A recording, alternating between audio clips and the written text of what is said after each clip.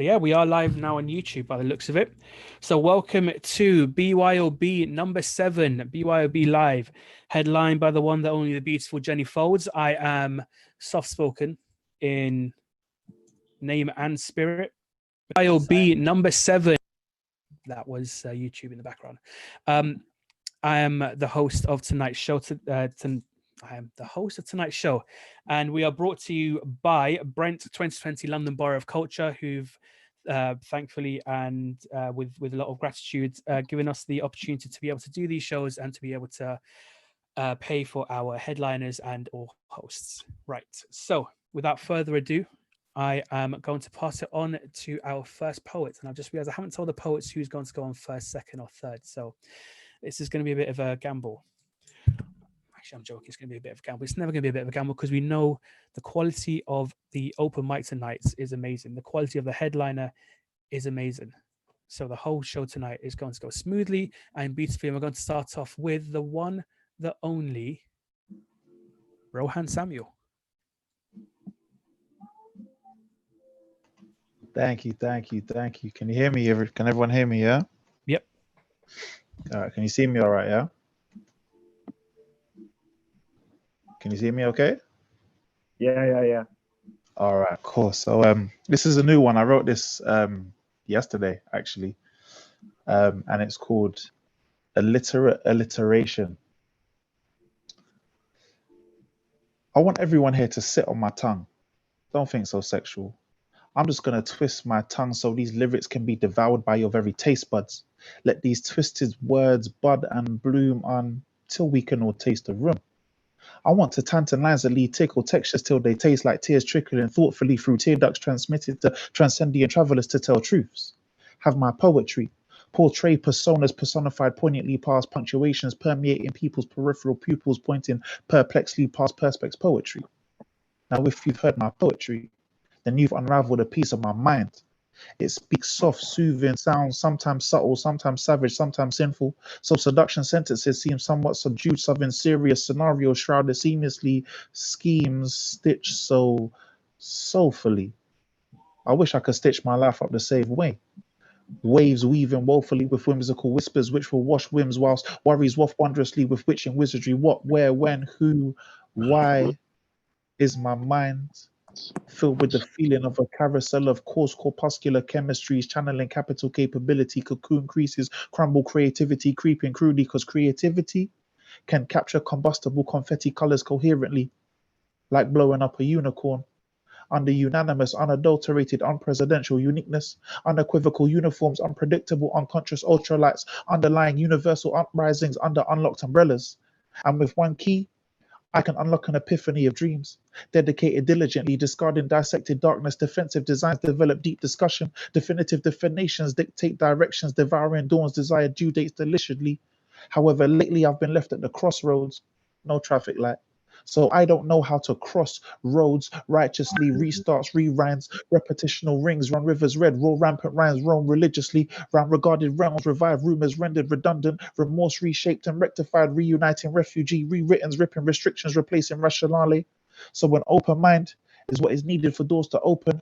Otherwise, ominous omens of overcast obituaries overflow oceans outwardly organized opinions offering ourselves organic optional objects, omnipotent, objectifying our official opus one's obligatory ownership.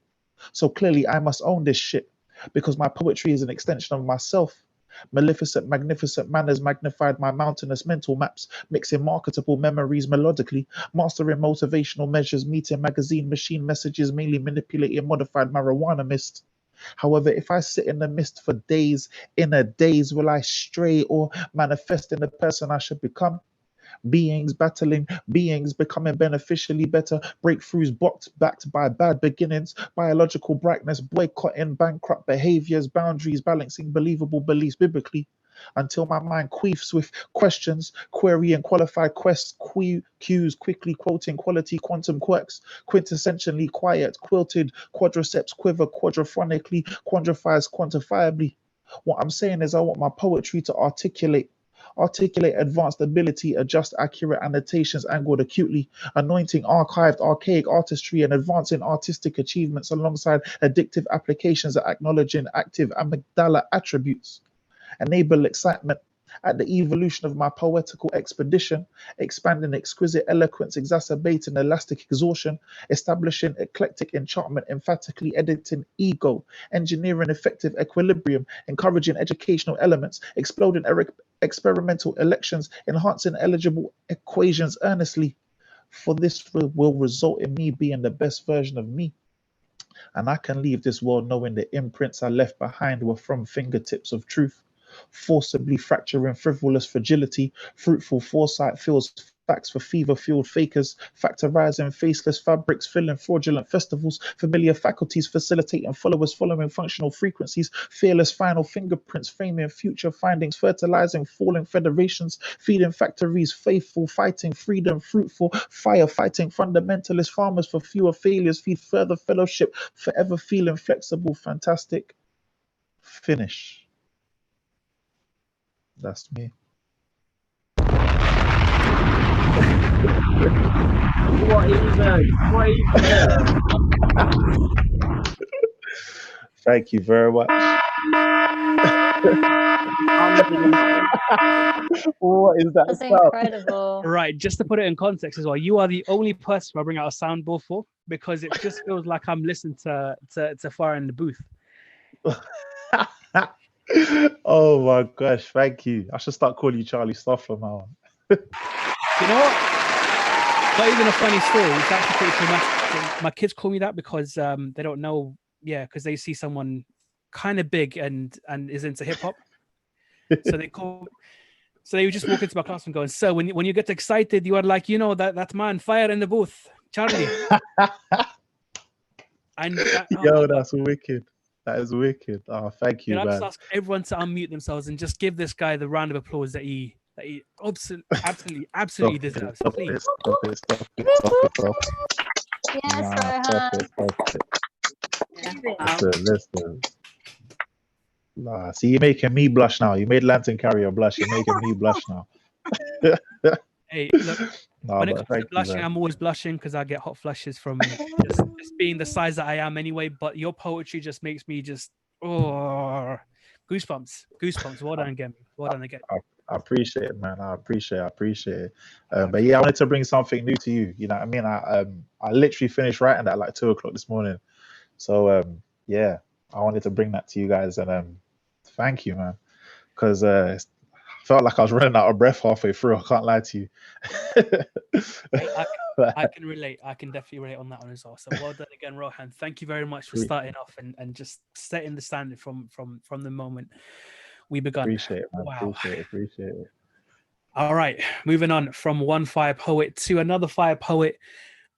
A little less intense in terms of her delivery, but just the sunshine that comes out of her voice, just sunshine that comes out of her mouth, by itself is worth it. So could we please bring to the stage, and I still haven't told people who's going on next, so this is going to be a surprise for everyone. Could you please bring on Holly D? Hey, no pressure. Good to have you again, Holly, whenever you're ready. Thank you. Okay, very different, just to change things up. This is called PA. I have a PA. She's pretty amazing. She's intelligent, funny, kind, often self-worth blind. She helps me with all my life admin. She helps me with names, faces. She gets me to and from places. She reminds me of birthdays, my best friend's favorite food, my mum's favorite flowers. And when she's on a roll, she will go for hours and hours. Together, we socialize and utilize our skills. And I don't know what I'd do without her if she ever took a day off. My PA works 24/7, and you think I'd be in heaven, but there are times we disagree. If I think something's right for me, she can be relentless if she thinks I'm wrong, but generally we get along.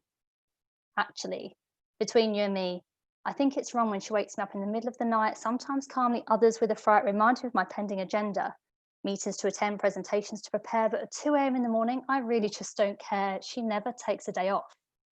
My PA, I know she doesn't mean to cause me anxiety or make me scared. She just wants me to be 110% prepared. But now that I'm awake, I mustn't forget the wedding to RSVP. Okay, and I need to put time aside to book tickets to that play. But what if he thinks it's shit and he's too embarrassed to say? And I need to cancel the holiday and say I really can't afford to be going away. Breathe. Time check. 5 a.m. Again, I've not slept. She works way too hard with hours long. The cracks are showing. We are not getting along. And she's become so mean, she'll present me with this negative scene. It's as if she loves to show me all these things I've done wrong. The mistake I made yesterday, the cake fail midweek, the promotion last year that opened me up to critique. Right back to that time when I was 8, I was bullied so bad I only had one mate. Why does she do this? I wish she'd take a day off. My PA, when we do get along, she is lovely and she'll remind me of my favourite song, Memories Not Yet Gone. And when music comes on, she reminds me that I can dance. And when I give her the chance, she's helped me achieve these crazy new skills. She got me into rock climbing and roller skating. And over the years, she's always had my back when I've had to face my fears. I know she's protective of me. Maybe it's my fault she won't take a day off. My PA, if you hadn't yet got the twist, she lives up here. She doesn't actually exist. And I know society says we're supposed to work together as one, but we're more like birds of a feather. She's the yin to my yang, my silence, my bang. I mean, she is incredible. She has these superhero type powers, but she'll choose to misuse them for hours and hours. She has this one trick. She can speed up time. You know that feeling when there's so much to do in days in the week and it all flies by in the blink of an eye and your anxiety is at an all-time high? And then she gets tired and you end up lying in bed. She somehow sneaks inside your head and shows you your insecurities and impurities and says it will never be okay. And whispers, what's the point in facing another day? And then her next trick, she slows down time as if with pleasure, and one day feels like it'll last forever. I'm tired. Please, please take a day off. So my PA and I, you'll be pleased to hear, we decided to start over. I have said we're going along to try some yoga. And I've told her it's time from time to time to join me on my mat. And it really is okay to take a break from organising everything from this to that. And you know what? We're getting on so much better. It's like we're slowly coming back in sync as one. But right now we're more like flowers in the sun, birds flying on the breeze, pollen on bees. But I feel like I'm the roots now that are feeding the trees. And I tell her, it's worth waking up another day. So I have a PA. She's called my mind. She's intelligent, funny, most of the time kind. Most importantly, now she takes a day off. Thank you. Well done. Round of applause, please, for Holly. Woohoo! Yes, Holly. Thank you. So I think we're all trying to get used to Zoom sometimes, and this happens to me all the time where I send a private message and I end up sending it to my boss instead of my friends, or I'm taking the piss out of him during a meeting. So I've done that as well. Chelsea thankfully sent me a lovely message, which I think she was trying to send to you, where she goes, "I love this one, Holly," in the Zoom Zoom thing on the side. I do love this one. Thank you. It was an absolutely lovely, beautiful poem again. So thank you again for sharing. Was that Thank about you you. by any chance? Yeah, that was. I started doing yoga a while ago because I was having like stressful mental health stuff. And I remember doing meditation and I was all relaxed. And then out of nowhere, I started making lists. And I was like, no, I've paid for this. You're meant to like be quiet. Why are you making lists and planning tomorrow and planning Friday and Saturday and Sunday? And I just got home and was like, I started therapy writing and I was like, actually, yeah, I feel so much better to say it out loud. And I think a lot of people have that. Your brain just makes lists. It is your PA. It's good and it's bad. You need to just get the balance. I can definitely, from my side as well, relate to the fact that when my mind is silent, it actually really isn't silent. It's always talking to you. There's always things that you try and think about in the back of your mind as well. So thank you for sharing that. Thank you for sharing Thanks for something listening. so Thank you, everyone. good to have you again. Good to have you again, Holly. Right. Speaking of meditation and speaking of Zen, the next poet, it goes without saying, is the kind of poet that you listen to with your eyes closed, just so you can take all the etherealness of it, just so you can take your mind to a different world. A man who is so connected to his spirit and to the spiritual world. He carries us with him, and he carries us with him in a small lantern full of light and love and laughter. I kind of given away who the next person is. Can we please? Thank you, bro. Thank you. Can you hear me? A massive round of applause, please, to the lantern carrier before you get started. We can hear you. We can hear you. Whenever you're ready. I have always loved you. Way back when we played marbles together backyard, you like a goddess climbing the mango trees and tugging at the succulence of their fruits. I, the sugar of thy lips, juiciness running down your playful innocence, tongue darting in and out to cute naivete, licking this luscious nectar as it flowed, spilling down a bosom fashioned by commendable gods of virtue. Woven like a true alchemist, you played and danced with grace way beyond excellence, even as light rain showered gems upon us with their blessings, and the wind carried our laughter to the indigo heavens. Alas, one day astrology conspired with twinkling stars, took you away from me, a blooming and blossoming beauty in the sunrise of our evenings. On this solemn day, my memories floated over 1,000 years of weeping. The rain shed tears and the rainbows cried in my heart. My soul became heavy and the soil mud as I longed for the seed hidden within it to bloom and become my flower again. I pray that winter held its breath, that you entered my spring. I searched for you on land and in the heavens. The falcon gave me feathers and I grew wings exploring the twinkling stars. I wanted your smile to sing, to serenade my heart, to whisper to my soul, I love you. Together we'd freeze time like a crashed computer, gazing at the beauty of silence. Behold, you came finally as the scent of the ocean rushed towards me, pervading my core with serenity. You approached by twilight, wrapped only in the ebony of your nakedness. I gazed at the beauty of your melanin skin, glistening with the shades of ancient Egypt. Your regal Nubian curves waltz in a stream of moonlight, peering through the Venetian drapes. Hips swaying with an elegance and majesty, you stride with the poise and dignity of a queen. I stand as one transfixed, my breath swinging to the rhythm of your delicate flow, voice ascending with soulful eloquence. Echoing the sublimity of ancient princesses, your words soar across the lands of sonorous Africa. Hearing the sacredness of mellifluous charm, I watch your chest heave as your raven attributes stand proud, adorned in perfect symmetry. My songbird drips tears of reverence, ascending towards paradise. Sweet Shyama, you have disguised thyself in lustrous shapes and forms, unabashed by the dark chocolate of your undressing. You dine with love at the gateways of the unspoken.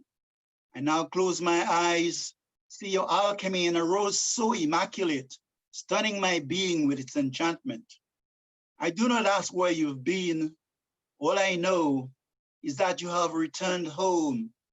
I die to the externals as we become one. London Carrier, thank you. Absolutely beautiful. Absolutely beautiful. Could you please unmute and give a massive round of applause to the Lantern Carrier? Yes, Lantern Carrier. Wicked, wicked, wicked, wicked, Beautiful. wicked, wicked. Could you tell us a little bit about the inspiration behind that poem, please? This poem was called The Ebony of Her Nakedness. I was looking on Facebook and there was a woman who wrote a piece. She says, write a poem about someone black without using the word black. So I wrote something maybe spontaneously about 5 stanzas and I just developed it from there. Yeah. I love your thought process. I love where you went with that as well. So we were literally describing someone who is black without using the word black, and you come up with a poem which just, I mean, just resonates and is absolutely beautiful from the moment you started until the end. Please just give him another round of applause. I love the Lantern Carrier. You're so kind. You're so kind to me, Softspoken. You're also kind to me. I mean, you are you, and I absolutely love you as well. So keep on being you. So thank you very much for being with us again. Thank you. Thank you. Right. So today we started off with the absolute beautiful, beautiful BYOB hype that is Rohan. And then we've moved on to some very, very, very calming presences. And I think we're going to carry on with that calming theme for our next poet. Someone who we connected with on Instagram and just blows me away with her work ethic and just with her beautiful words and her beautiful imagery. So could you please bring to the stage the one, the only, the beautiful Madalena Chopu? Hello. Yay, yay. Thank you for having me. I don't know how peaceful this will actually be. It's a bit another tragic love poem, basically. That's my specialty.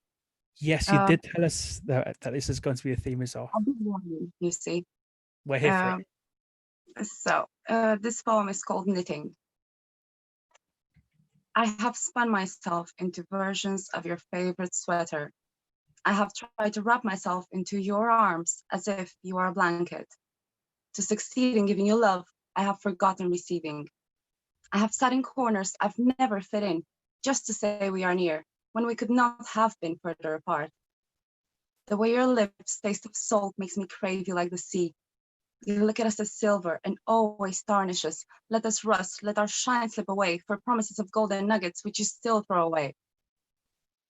I have found the love I never sought after in your eyes and have had to bury it with a pagan ritual.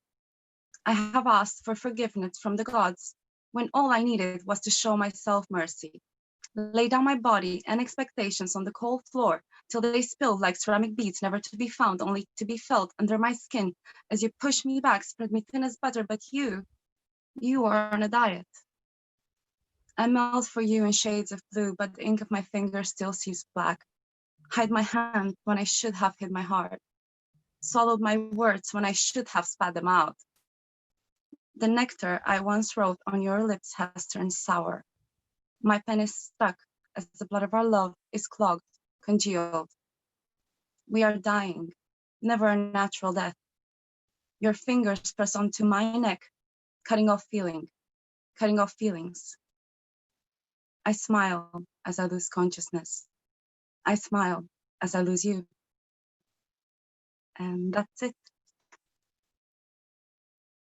Absolutely I hope beautiful. me. Oh, that was absolutely beautiful. That was amazing. Fire. Thank you. I'm a little bit It's scared just- to ask what the inspiration behind that was, but if you would like to share, please do. I think it's just how we all try to see love in a certain way, and we see it basically through a box. And only when we get out of the box, that's when we actually can find love. So we need to look beyond our expectations and beyond their expectations, and just be ourselves. I think that's my message. It's an absolutely beautiful message. It's an absolutely beautiful message. So could we please give another massive, massive, massive round of applause to Madalena?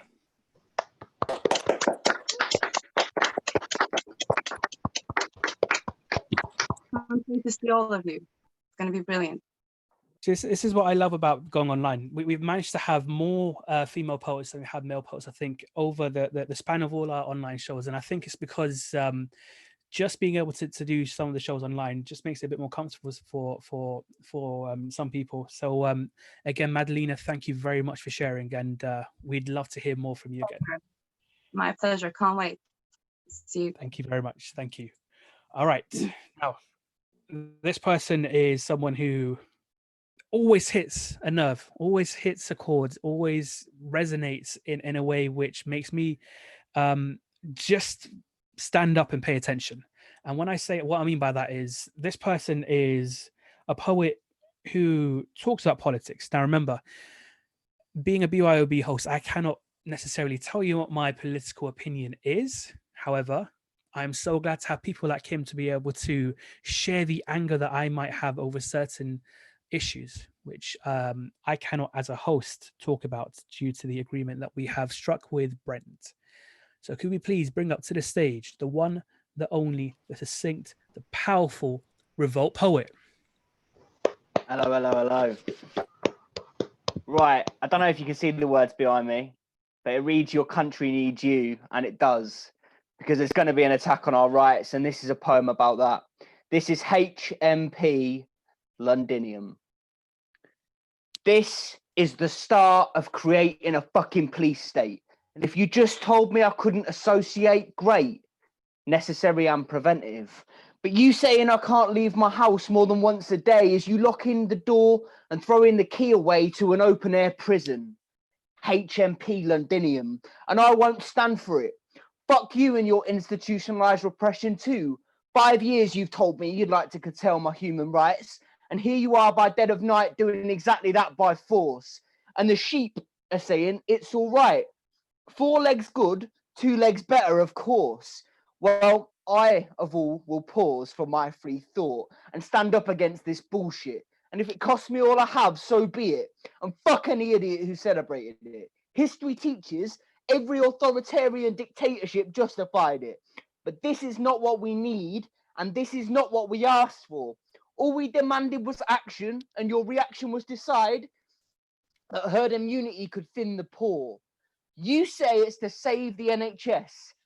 I'm sorry, that is nuts. Frankly, your government doesn't give a fuck. If it did, why 10 years of funding cuts? You're the same regime 6 weeks ago hired a eugenicist, arseholes. Look at the facts. These things are all connected. Sorry, soon you'll tell us we need to go biometric or transact cashless. Otherwise, you'll tell us you cannot police this. If we consent to taking an inch, you'll take a mile. Look at how you acted with Prince Paedophile, puppet Prime Minister, posturing protection, prompting people to the purge, promoting prison as the resurrection, Plato pornographizers, poets the resistance, power the words, I do not consent.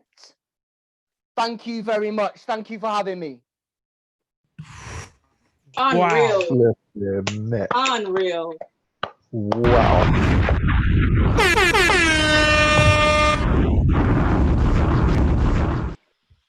I don't think I'm allowed to comment, am I? Unless we lose. No, you know what? I have a very similar poem, which I won't be sharing right now. I might be sharing later on if we do have time. But yeah.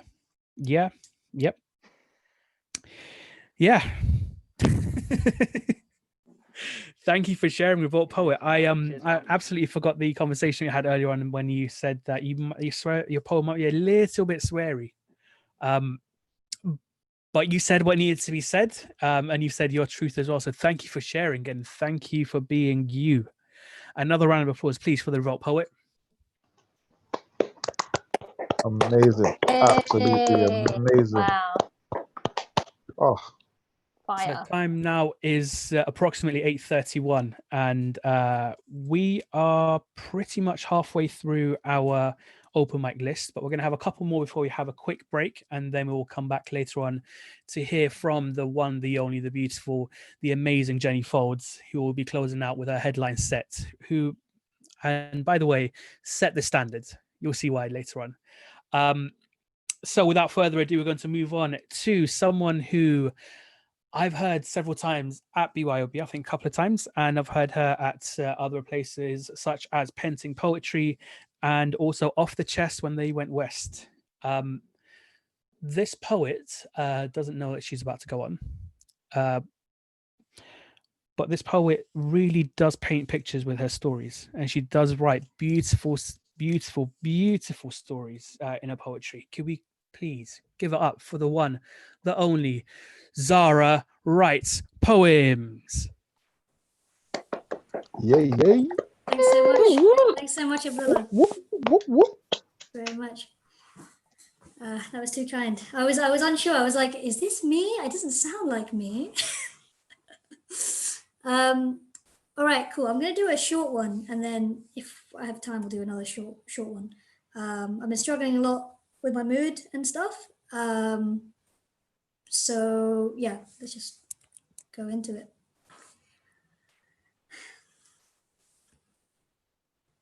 A few nights ago, I had a seizure. Vision went black, collapsed, mind lost to the ether. Captured and conquered like Rome was to Caesar. Anxiety marching on my brain, overrun by demons, they seized her. Battling with low mood, it did not leave her. Left with the knowledge that life has deceived her. Rock or a hard place, she won't settle for either. She deserves more than a man who will mistreat her. Her loyalty unending, she's a kind and loving creature, but that does not mean she needs to sink any deeper. Okay, I'm going to do another one if that's all right. Yeah, no, you've got time. You've got time. Sick.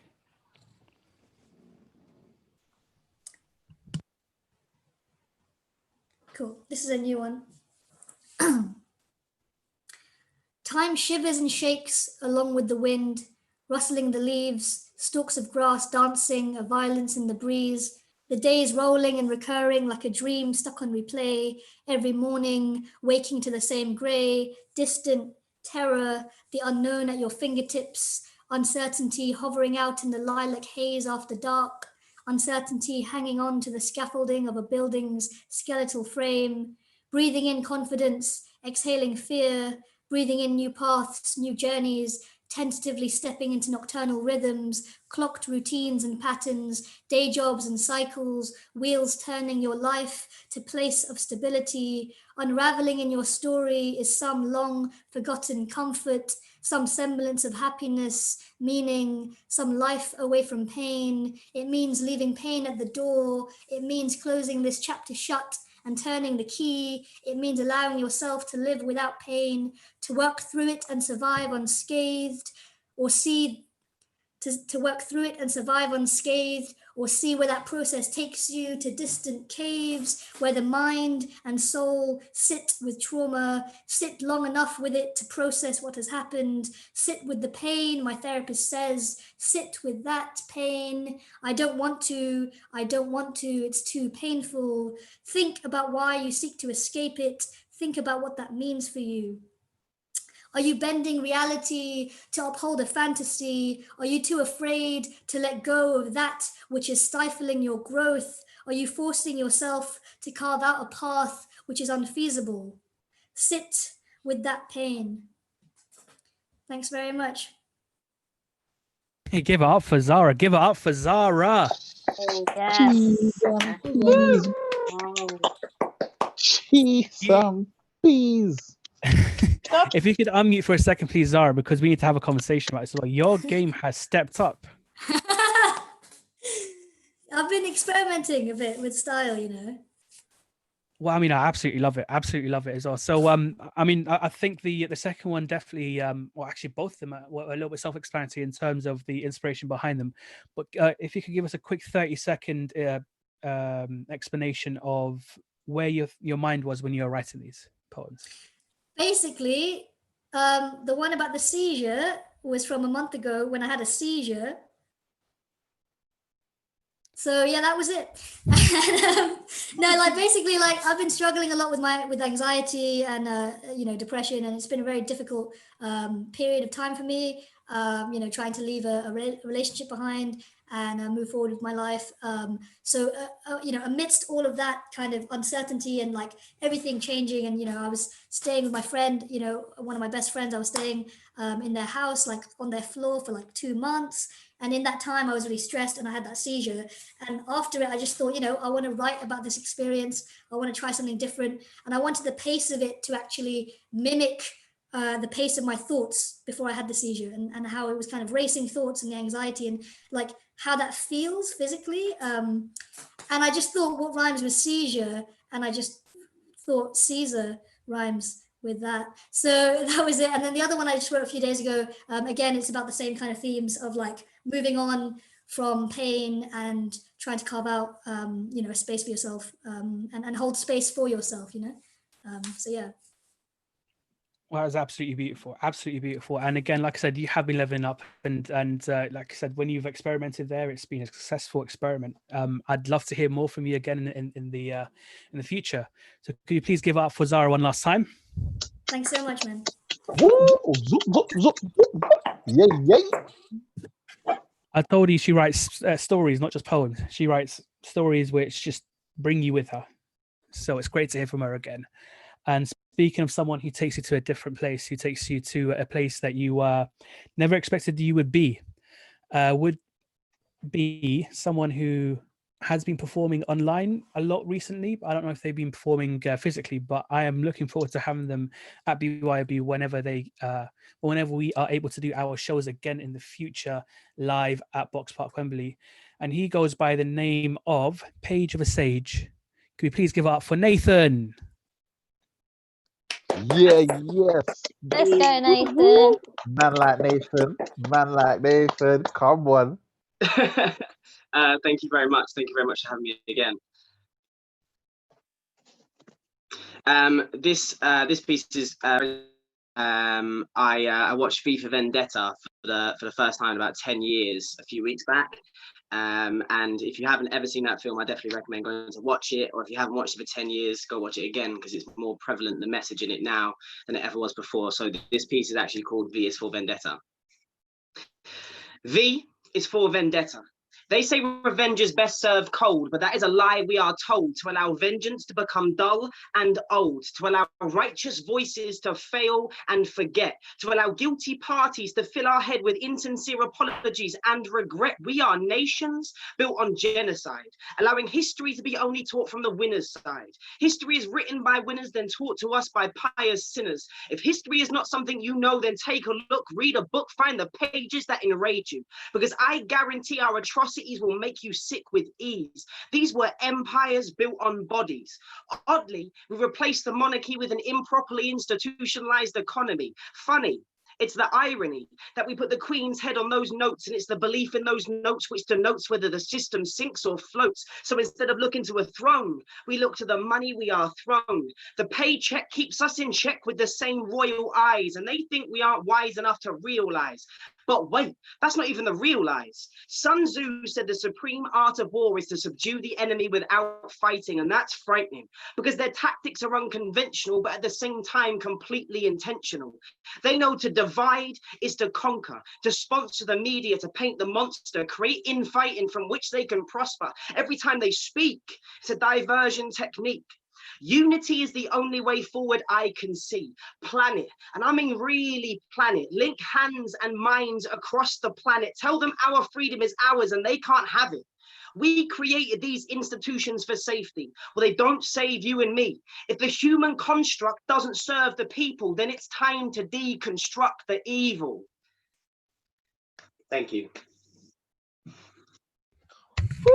You guys and your political parts today. Boy, stand up and pay attention. Thank you very much. It's showtime. Spirit, man. Oh my God. Thank you very much. But yeah, as I was saying, the whole piece was inspired by the film V for Vendetta. The film's nearly 16 years old. And when I watched it a couple of weeks back, the message, the idea behind it was more prevalent now than it has ever been before. Just the idea that we have a holiday that we celebrate every year, which was inspired by a man who tried to blow up the Houses of Parliament. And then the whole idea of the film is somebody trying to start a revolution with a similar act. Just, I mean, it's just the idea behind what the future could look like, and really educating yourself, not just from the state, adding extra things to learn to your plate. I loved watching V for Vendetta. I remember seeing it in the cinema at the time when it first came out. So you can tell how old I am just from that. But I mean, the message still resonates. You're absolutely right about it as well. It's one of those ones where, unfortunately, the mask has kind of been taken over by some people who might have alt-right views, but the message of the movie still remains the same. And thank you for sharing that as well. Please, one more time, can you please give a round of applause for Nathan? Thank you very much.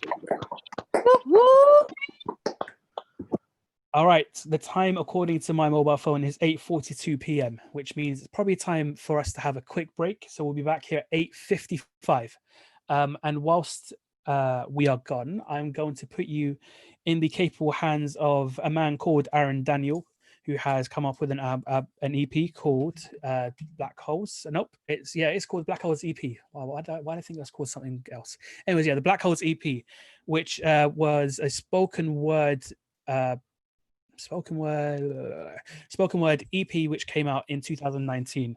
So we will see you back here again at 8:55 p.m. And thank you for a brilliant first half. Right, if anyone wants to go for a quick break, quick toilet break or get some water, whatever. It escapes our vigilance, slithering past Everyone's our cognition, actioning its tyranny.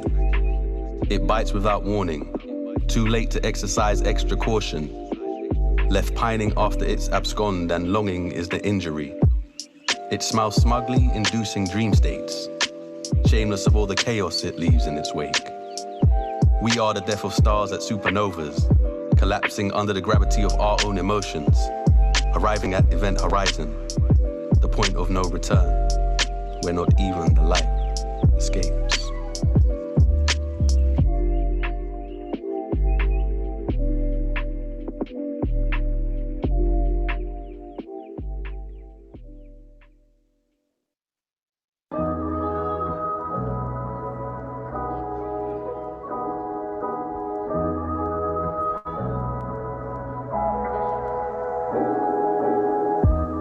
painted tribe across our skin, colourful markings of belonging. We placed our ear to the earth and listened to the mother, tuning in to maternal guidance. We lit Kush incense at seances, clearing the way for spirit. We built civilizations whilst we danced to butter drums and patented these movements known as rhythm.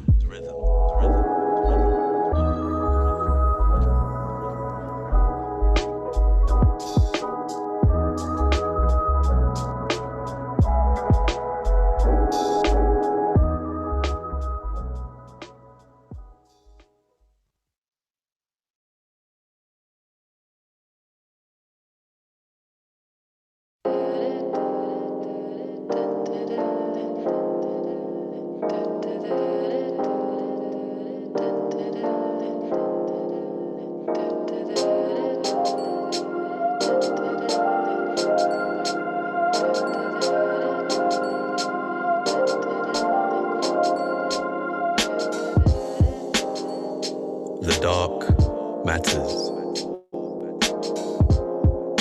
The dark matter. You are the yin to nations, the womb, the birthplace of creation. The dark matters. The dark matter. Resurrection. I am risen in the interior of your soft place, your pink matter. Cleansed in your river before my hardness shatters. A caress that forces bravado to acquiesce and the egoistic self and pride to scatter. The dark matter. The dark matter. My quasar. From here I can see your light better. Don't you know that you are everything that matters? You will always be everything that matters.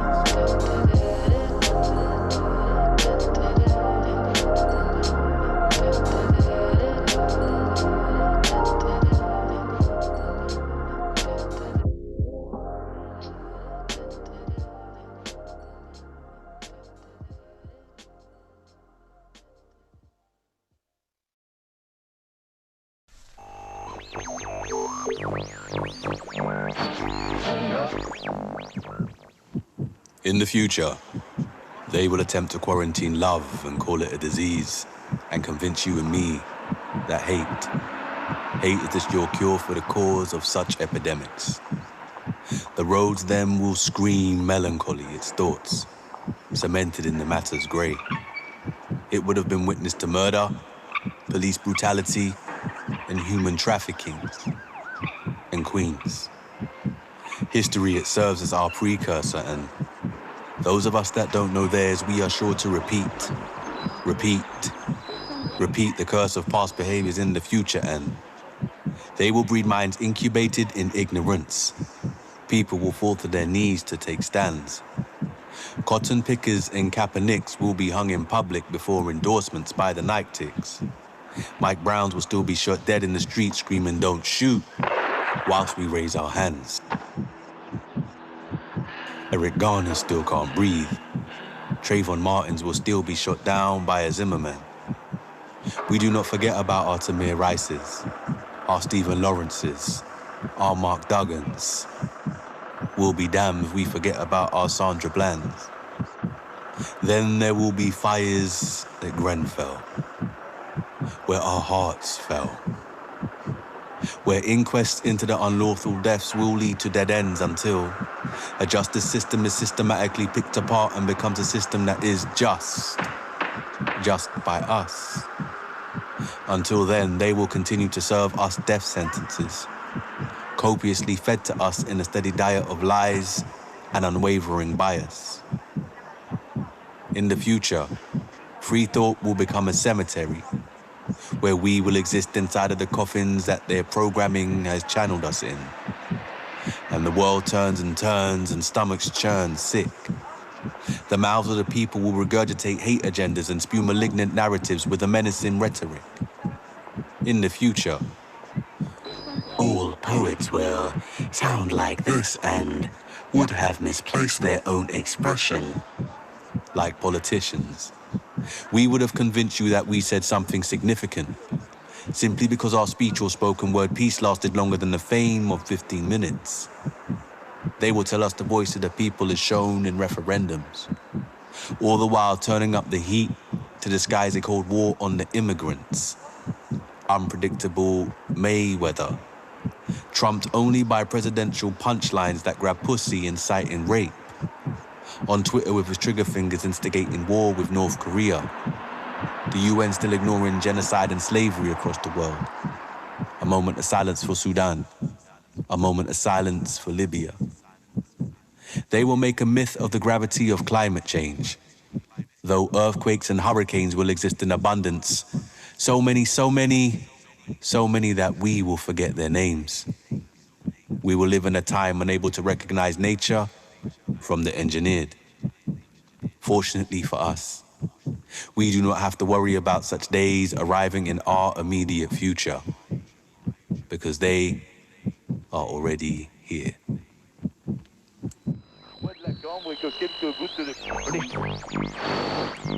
All right, so just a 5-minute warning for everyone. 5-minute warning. We'll be back live. Headlining the show tonight is Jenny Foulds. 5 minutes. Thank you. The devil wears Prada, and Gucci create jumpers with blackface to deface our lips. They call them angels in the papers, and didn't demonize the white supremacists as terrorists. They didn't fit the media narratives. Old scripts of Muslim, black beard, brown skin. Dylan Roof walked into a church and shot a whole congregation to shit. And Master beat Bible into our DNA to forgive. So families of the deceased turned round and then prayed for him. White nationalists attended Jummah with intentions of mass murder in New Zealand, and live streamed the lives they took while we all Facebooked it. Hate ploys for infamy and martyrdom. Here we voted in a referendum based all on immigration.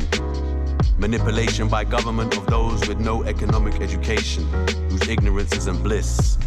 And their faith in these promises of a utopia have led us all into a deal or no deal Brexit.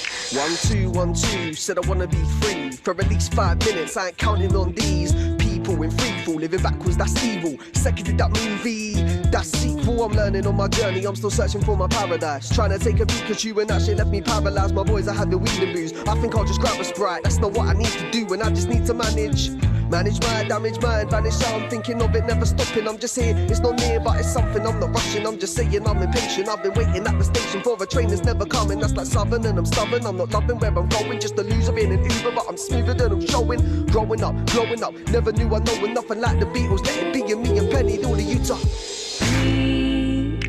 I'll go wherever I want to. Everyone, 2 minutes. 2 minutes and we'll be starting. Just take your time, remember to breathe. Gotta breathe, gotta breathe, gotta breathe. Breathe. Gotta breathe, gotta breathe, gotta breathe. Look, masterpieces on my masterpieces, past belief, and I just started preaching from the recess of my heart and teaching bars are freezing cold. Like November in the Arctic region, art just seems to be irrelevant to most these artists speaking. Aren't you breathing? Be thankful for the day you feel your heart release blood into your brain and you can ask for peace. BREATHE=MC², that's energy. Food for the soul, I got the recipe.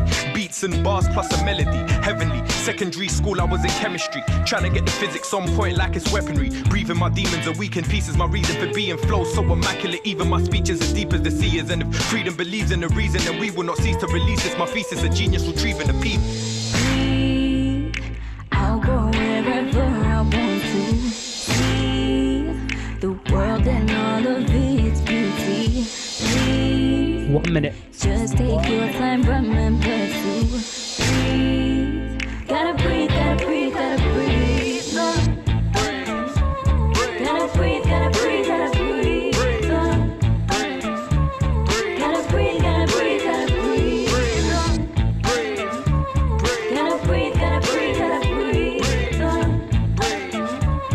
Gotta breathe, gotta breathe, gotta breathe. See, let me tell you what we need. Oxygen from trees, yeah, we need that to breathe.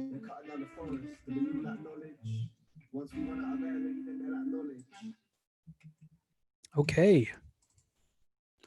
And welcome back to the second half of BYOB Live online open mic number 7, headlined by the one, the only, the beautiful Jennifer Foulds. I am Softspoken in nature and in spirit, and I am so glad to be here. We have had a fantastic, amazingly beautiful first half of poetry where there was some fire political opinions that were passed on, and we also had some beautiful, amazing love poetry from Madalena, love tragedy poem, I guess it was, and then some otherworldly, beautiful, amazing work from the one, the only, the Lantern Carrier. Right, so we're going to move on to the second half of our show, and we're going to start off with the previous headliner.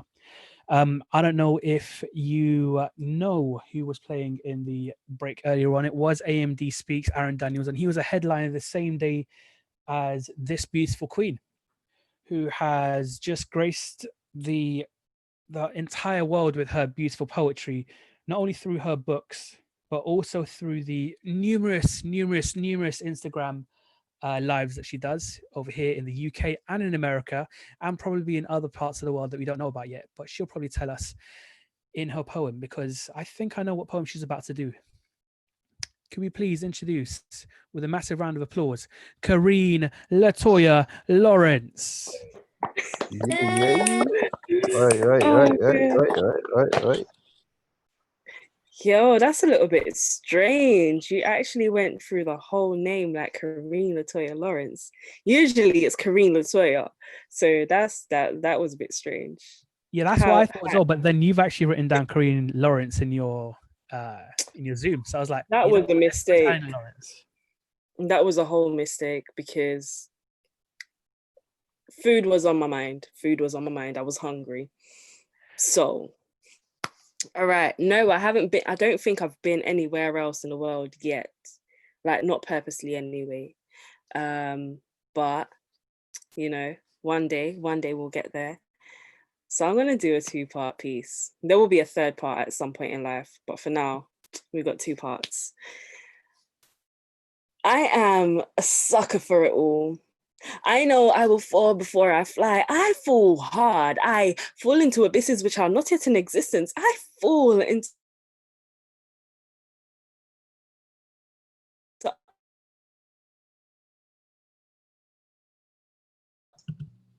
Sorry, just to be certain, guys, can we still see Karine?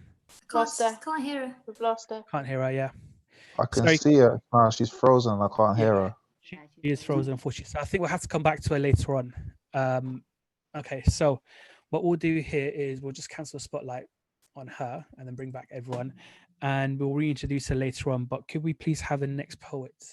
And that poet is someone who is also a podcaster, because Karine Latoya has just released her podcast, but we also have another podcaster, but someone who you listen to, not only for the beautiful words that she comes with, but for also the calm presence and the calm and beautiful voice that she has as well. And I won't say any more because you'll probably hear it from her herself. Can we please introduce to the stage the one, the only, Chelsea May? Yay. All right, Chelsea. Thank you. So this poem is called Devil's Juice. I don't believe in soulmates. Maybe I was good in my old life and that caused this beautiful fate. But if they were real and I didn't just score a good deal, I know you'd be mine and would fly so high into Cupid's night sky. I want to alliterate how much I appreciate this undying, forever reforming dual path we negotiate. To think we were just mates. Fast forward 6 years, forgotten tears, silly misunderstandings, never mind growing, becoming, and many crash landings. We made it. Now we have the insight to each other's fights. We can help make each other's worlds right. Forget the past. I've dreamt into the future. I've picked my tarot cards, and baby, let me tell you, the world is all ours.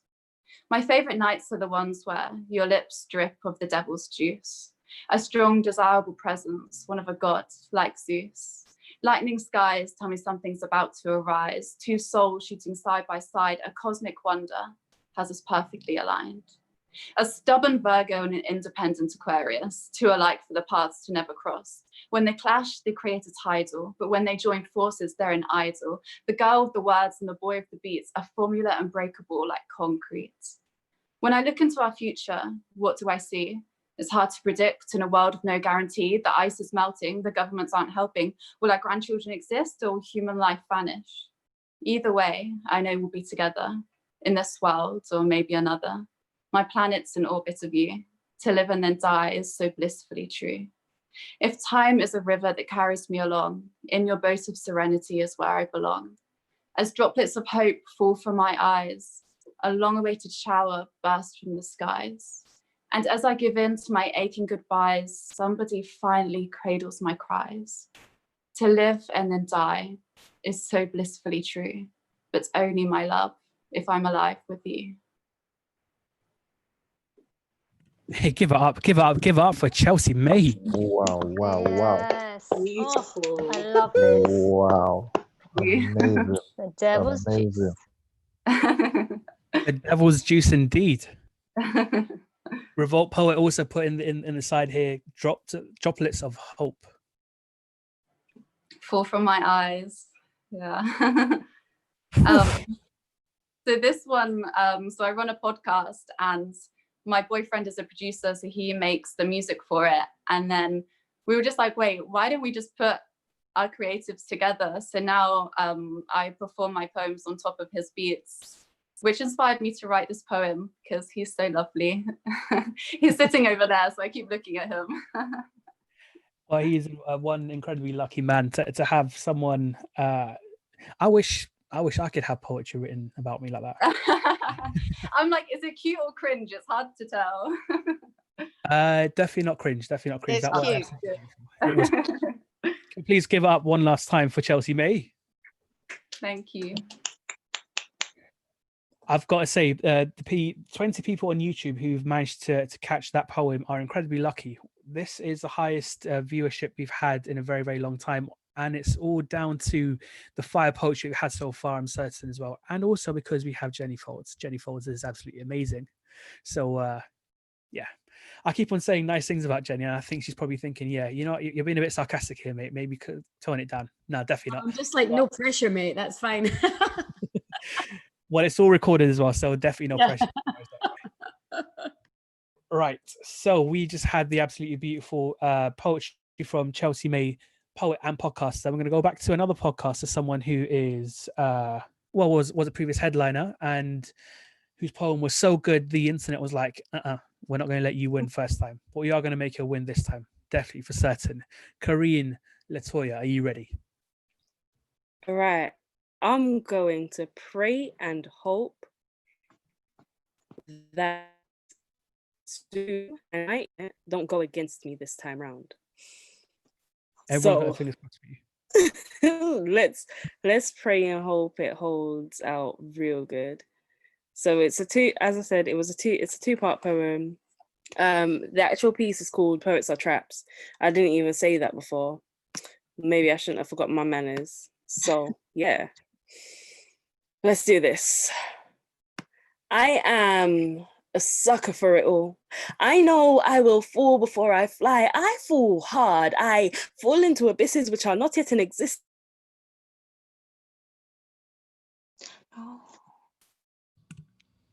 Has it happened again?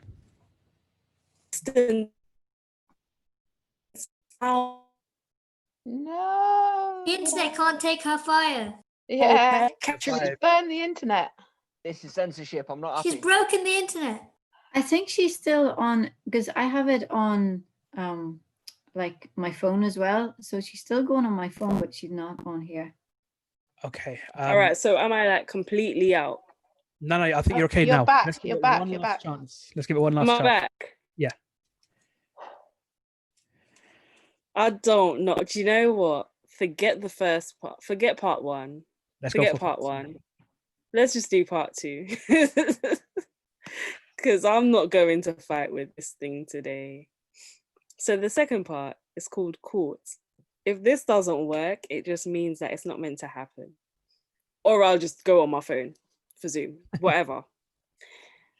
I'm in love with a poet. He writes the words I love to hear. My soul sings, I'm in love with a poet. Will we agree on the bridesmaids and groomsmen? Will you choose my bouquet and allow me to choose your bouquet? Make the talks you approve mail. I write my after poem. Because I think I've found my husband. Our love has emitted fireworks. We've lit the night sky with days.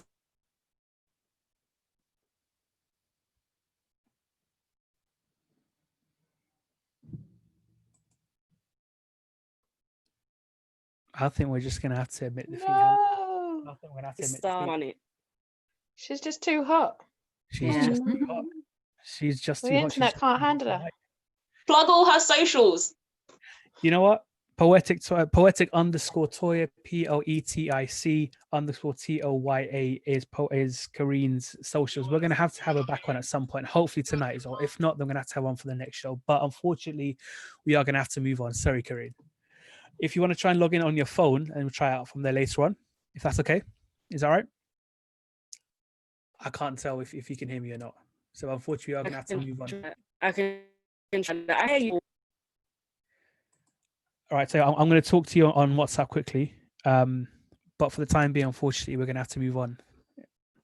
So we are going to move on to someone who we haven't had before, someone who hasn't done Zoom before, apparently, or hasn't done a Zoom poetry show before. Actually, no, I think she might have done a couple of before. She is the host of Poetical Word. She is currently running a project looking at poets in isolation. And she'll tell you more about it, I'm sure, at the end of her poem. But could you please give it up for the one, the only, Killer Poetry? God, my heart's racing. Thank you. I have done a couple of Zooms before. I did one Isolated Poets last week, and I did Mind Over Matter a little while ago. It's always a bit scary, though, doing the Zoom, because I feel like I'm just talking to myself, which is kind of, I guess, I do all the time anyway, so I don't know why I find that strange. All right, I changed my mind about what poem I'm going to do halfway through the show because of what people were talking about, and I have decided to do a piece that I've never performed before. Feel a little bit nervous about performing, and I hope it goes down all right, and I hope it comes across with the intention that it is meant with. It's called Because We're British, aka The Butcher's Apron. If anybody doesn't know what The Butcher's Apron is, it should become apparent after I've finished. We stand on one side of the escalators, with withering looks for those who don't know. We butter our bread, whatever the spread. We think it's weird when people don't. We cannot avoid an orderly queue, unafraid to chastise anyone who cuts in. And we laugh about how Brits abroad can be so embarrassing. We like to feel the burden. We work longer hours than anyone in the EU and spend our days complaining about the weather, as though the weather was something new. We cannot agree on our politics, prefer a cheeky smile to considered policies, and condemn creativity and culture as paganism and heresy. Our museums are akin to police crime units, holding at the evidence of our thievery, while we protect ourselves and change the laws to make it illegal to actually do the moral thing. We treat our dogs better than most people, at least better than the refugees we ever so graciously allow in, rushing home in time for stenders, rather than educate ourselves on the journeys that they have been. We are independently responsible for more deaths than any nation has ever been, as we talk of no surrender and act like the heroes of history. We drink more tea than China, having traded it fairly for our homegrown opium, while we sent our starving out to the colonies without skills of food or ways of cultivating. We rebranded our slaves, calling them apprentices, who were forced to work 40 hours a week for naught, then congratulated ourselves on being more educated than the savages that we had bought. We called our crusades missions of mercy and not the barbaric acts of terrorism they'd actually been, in the narcissistic belief that we knew better and that our God would defend such horror scenes. We traded countries we swore to protect, like collector's items or novelty cards, invaded nations exposed to neglect, and introduced homophobia and misogyny worldwide. But no sex, please, we're British. We don't talk about such things. We keep it all behind closed doors to protect our empire's greatest sins. No sex, please, we're British. We can't be blamed for what our ancestors did, although we can take credit for any good we've inherited without ever graciously acknowledging. So perhaps we could all afford to be a little less British in our rush to steal, trample, and take credit for everything, because I would love to be able to be proud to be British, with a little more awareness of who it is we've actually been. Thank you. Wow. Brilliant. Yes. That's incredible. Wow. A little bit nervous. Well done. Thank you. Oh my God. I just realized you didn't hear half of what I just saw. You didn't hear any of my like shouting and going, yes, yes, yes, because I turned off my mic. Oh my God. Yes, Killer Poetry. You need to do that again and again and again and again and again and again. I'm going to be listening to this when we put this up on YouTube later on for us to be able to watch again. That was absolutely beautiful. Absolutely beautiful. Thank you. I don't know why I've been so nervous about bringing it out. I wrote it over a year ago and I've never performed it. But I got my first bit of hate mail on a piece I wrote last year, and I think it wasn't on this one, it was on a feminist piece that I wrote, and I think it kind of made me a little bit anxious about what I did actually bring out and what didn't. I guess if somebody hates that, then maybe I don't want them following me anyway. To be honest, it's come down to a point now where I think everyone is kind of fed up with where we are politically around the world, that we need to hear pieces like that and damn be the consequences, because we're supposed to live in a free world and a free democracy where we're allowed to say what we think. So please do continue sharing your truth, because that was absolutely beautiful. Please, one more time for Killer Poetry. Thanks, guys. Before we move on quickly, could you tell us a little bit more about the projects that you're currently running? Yeah, so the one that's still open that you guys could still, that any poets can still send in to me, is one line that you've written with your videoing yourself performing it, and then we're going to edit them all together. So do you remember those like poems that you made with kids, or if you ever do work with kids, or you might have done as a kid, where you write one line of a poem and then you fold it over and somebody else writes another line of a poem? So we're kind of doing that on a bigger scale, but with poets all over the world. So I've got poets from Russia, Germany, New Zealand, Australia, America, and loads from London and the UK, all just one line. We're going to just edit them all together, and it's just going to be one long collaborative global piece, which is pretty cool. And the other one, which we've managed to finally cut down to about 12 stories, is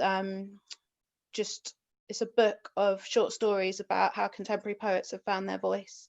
And the idea is to try to inspire young poets who might not realize that because I didn't realize there was a scene. I've been writing literally all my life. I have books and books and books before I started writing on my notes on my phone. And then one day I just found this whole group of people who loved words and poetry as much as I did. So the idea is to put this book together for people who might not who write a lot and feel a lot, because as poets I know we all feel a lot, and it's nice to have people to share that with. Absolutely, absolutely. It's one of those ones people don't recognize that within the poetry scene there are so many opportunities for you to be able to be a written poet and for you to have your work published. And anthologies like this really do bring people up and make people feel that they are actual poets. Everyone can be a poet. And yeah, everyone can see their work in print as well. So please do get in touch with @KILHAPLETRY for more information. Right. Also, I said I would explain what the butcher's apron is, and for anyone who doesn't know, the butcher's yes. apron is what the Union Jack is known in other parts of the world, quite a lot of other parts of the world. I like that. I can't say what my opinion about that is, but I like it. Yes, sure. Right. It's just about awareness, isn't it? That's all. It's just about having some awareness. Anyway, That's right. I'll let you carry on. Thank you very much. Thank you. Right. So our next poet is someone who emailed me and said, can I please perform? Of course, we always say yes to people who want to perform regardless. But this person also then put their poem in the email. And I know exactly how fire this poem is going to be before people hear it. That's what I'm going to say. Can we please bring to the stage for the first time ever to BYOB at least, the one, the only, Brooklyn. Yeah. Come true, Brooklyn. Sure, you're right. I'll just get on with it. I am a qualified carpenter, but I'm not qualified in life. I may help you build a house, but that does not mean I will live in it with you. I might get cuts and splinters from where I pour down your walls and create an open plan area, but I'm still on a foundation of my own. Still a peasant as I work my way to the throne, trying to be a king, the best man I can be, a man. I want to evolve past the status quo because your idea of a man, I don't think I fit that mold. I may sometimes cry, I'm open with my feelings. I love hard, I hurt worse. I'm everything I need to be, not for you or anyone else, but for me. I put my feelings into words. I'm strong, but also can be weak, cautious, but adventurous, confident, but not cocky. I'm everything I need to be, not for you or anybody else, but for me. I may not tick your boxes, but I'm the one holding the pen. As I pen down these words, I recollect how far I've come and where I have been. At the age of 21, I already had a next of kin, having to play a role that I had never seen, a father. He was meant to be a king, more like a jester, brought up by a queen, my number one fan, my number one investor. She taught me my P's and Q's. Most importantly, she taught me about acceptance, accept how you make people feel and accept what people have done to you.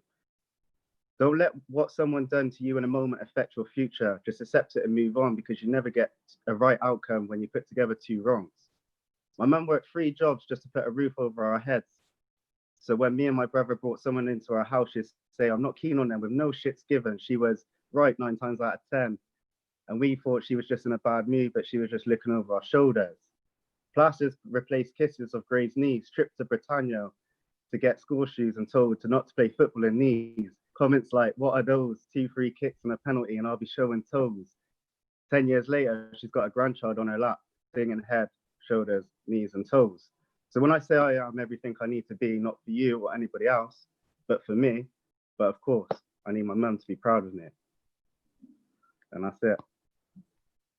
Please give it up for Brooklyn. Please give it up for Brooklyn. Oh my God. What a guy. I'm trying. Well Yeah, done, that- well done. Bravery, man. Serious bravery right there, man. That was mad. It's And that was heartfelt poetry. Sorry, go on. That was like inspired because like I'm newly single and everybody just wants banter. Have you noticed that? Like you talk to a girl and she's like, oh, I just wanted to have banter, and I'm like, there's more to me than I got more to give. And then as I was writing it, I was like, oh, I got to a point and I was like, oh, I do actually want someone to be proud of me, and that's my mum. So yeah, I've been writing for since lockdown started, I've been writing seriously. And then I've been like doing a couple of open mics on Instagram Live, and this is the first Zoom, and it's nice to be involved, to be fair. And thank you for the platform. Oh, we love having you. We need to have you back on again as soon as possible. So we're going to have another show in 2 weeks. So I expect you to email us and let us know. Yeah, I got plenty in the bag. Hopefully they're up to standard, and hope you can enjoy them. Mate, if that's what we're starting off with, everything else after that is going to be fire continuously as well. We love what we've just had today, and long may it continue as well. Another round of applause, please, for the first time, at least on Zoom, Brooklyn. Zup, zup, zup, zup, zup, zup. Come on. Okay, right. So from one heartfelt poet to another, Natalie, I guess is her government name, I guess you could say, but her poetry name is just as beautiful and just as amazing. Adama Speaks is going to bless us right now. Adama, are you ready? Yes, ready when you are. Thank you so much. My government name exposing me. But thank you so much for having me back. It's great to be back. Always love this show. So yeah, I'm good to go. I have 2 short poems if you don't mind. So first one kind of I use as a run-up when I'm a bit nervous, just a little bit light. And this is kind of the poem that got me back into performing. So this one's called Without Saying It. Like that eye mum gives at a party where she didn't like your attitude. It hangs in the air like a whisker, whispers without saying. Eyes across the class leave no alternative, begs a comrade in the midst of chaos, when the teacher hints at the possibility of pairs. That roundabout way of saying to no one in particular that maybe someone's not cut out for this, talking about you. When he doesn't utter, but looks deep into your depths, and it's not foreign or uncomfortable just to be seen, because his eyes, lopsided smile winks without saying. With murmurs and mutters, wisps of wicked whispers on loop come round full circle. Synonyms for every word can't always hide in candor. Though they comply in kaleidoscopic perceptions, not everything can be crystal. So they never need to tell you, I'm gonna beat your ass when you get home. Or, of course you're working with me. We're ride or die chemistry partners. Or that maybe I love you. Because some people, they can say it without saying. Thank you. And this next poem is called Spent. And I wrote it quite a long time ago about kind of just friendships and relationships and the toll it can take on you. And I just find that this poem has become relevant to me again. And it's just reminded me of how I got out of that situation, so to speak. So this one's called Spent. Okay, let's divide up my year. A little bit of maths, I apologize. 365 days. 182 dealing with you and your problems. 182 stressing and caring and worrying about things that I cannot control. One day to be me. You see, I'm spent. I'm at a point now where time is currency and you are greedy and I don't know how to look after me. I've been taking time to be your rock, but my foundations, they are shaking, they are quaking, and I feel weak. But the need to be everything for you to understand what it is that you mean to me, what you should have meant to him, what you can't see in yourself, that's where I fit in. Just the right shaped piece to the perplexing puzzle that is you. I am the corners that let you work your way in till you see you. Beautiful, kind, intelligent you. And then I see that grin, you know, the one that makes you glow, and I see me and the people I have become a part of. I don't live for myself. I live for you. I live for them. One might say sacrificial. But this body doesn't always keep, and it doesn't always last, and the love doesn't always runneth over exceedingly abundantly like his. So when I'm alone, the full effects hit right at home. And it's not all sunshine and rainbows, laughs and smiles. They fade and I fade into, I don't know what. So you see, in an age where time is currency, you make me feel poor. Thank you. Give up, please, for Adam. Beautiful. That was so good. Oh my The imagery, God. oh my God. I can feel myself sweat. Beautiful. That last All was of the numbers. offline. Jesus Christ. Thank you. See, this is why I can't wait for us to be able to do physical shows again properly, because look at the love that we're getting just from an online show like this as well. We just have people like overlapping each other with praise for you, Adama. So we need to have you back on stage just so you could be able to get it from a whole room. I'm ready to go when you guys are. Just hit me up. It's not in our hands, unfortunately. It's the government. So yeah, and actually, to be honest, I'd rather do it when we're not in a position where we kill people. Yeah, that too. Yeah. The less we talk about Corona, the better, I think, for tonight. But well done again, Adama, for that beautiful couple of poems. Right. So we are quickly approaching our headliner set in 2 poets' time, I guess.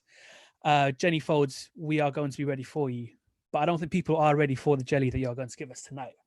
But we have two poets to listen to, and the first poet is coming all the way from across the Irish Sea in Northern Ireland, from Belfast.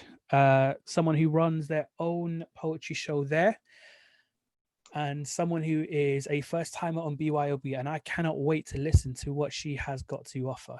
So, Geraldine O'Kane, we are ready when you are. Thank you. Thanks for having me. It's fabulous because I've been watching a lot of your open mics, and I love the way you run it. You're like so open to everyone. I was going to read something else, but it was kind of a little bit political, and I wasn't sure if it would translate across the water. So I'm going to read this instead, and it's called A Public Display of Reading. Oh. In this time of social distancing, I am being silently drawn by the strange pull of what I remember. By way of introduction, you maneuvered towards me in your chair with the rocky flail of a child's first steps, rested your forearm across the back of my chair and your head on my shoulder. I had just started reading. You had too, apparently. I kept pace, fingering each line. We were like grains of sand in an hourglass. Each leaf turn, our eyes scanned words perfectly in sync. When a phone call came in, I'd wait, digit poised as a bookmark. When I got a call, you'd become marker. I could feel your waiting breath on my ear.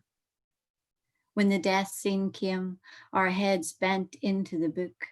If we kept the words close between us, it wouldn't really be happening. Our relay breaths, slow, deliberate. Through the last chapter, your pace deflated. I understood. Already an addiction I craved to read with you over and over. But some things exist only in a moment. We may never be this close again.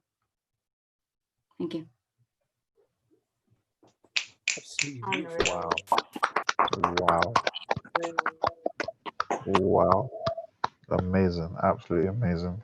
You know, the flow, the diction, how pronounced every single word was, just shows how much you cared about that poem. And I kind of slowed it down a little bit because I know that we talk quite fast over here. So it's just like that would be an understatement, but yeah. Yeah. But to be honest, thank you. No, seriously, thank you. I mean, the more we can connect, the better as well. And I'm actually absolutely humbled when you told me earlier on that you were watching our shows from all the way from Belfast. I didn't know that we were connecting with people around the world like that. I mean, I know we had some poets from Russia, but I met them through other Zooms. So it's nice to know that we are connecting and building bridges all around the world, even if it is across the Irish Sea. Yeah, so thank you for sharing with us. Nice that the lockdown had that effect that like I would never have looked for, or probably wouldn't have, because it wasn't happening. And now we've been able to, like, I've been watching open mics all over England, and it's like, it's amazing. And there's all this big poetry community over there that we can't connect with unless you've got like tons of money and can go and stay over. So this has been amazing. But yeah, thank you. Thank you. And someone who can attest to the power of the internet to be able to share your poetry is our next poet.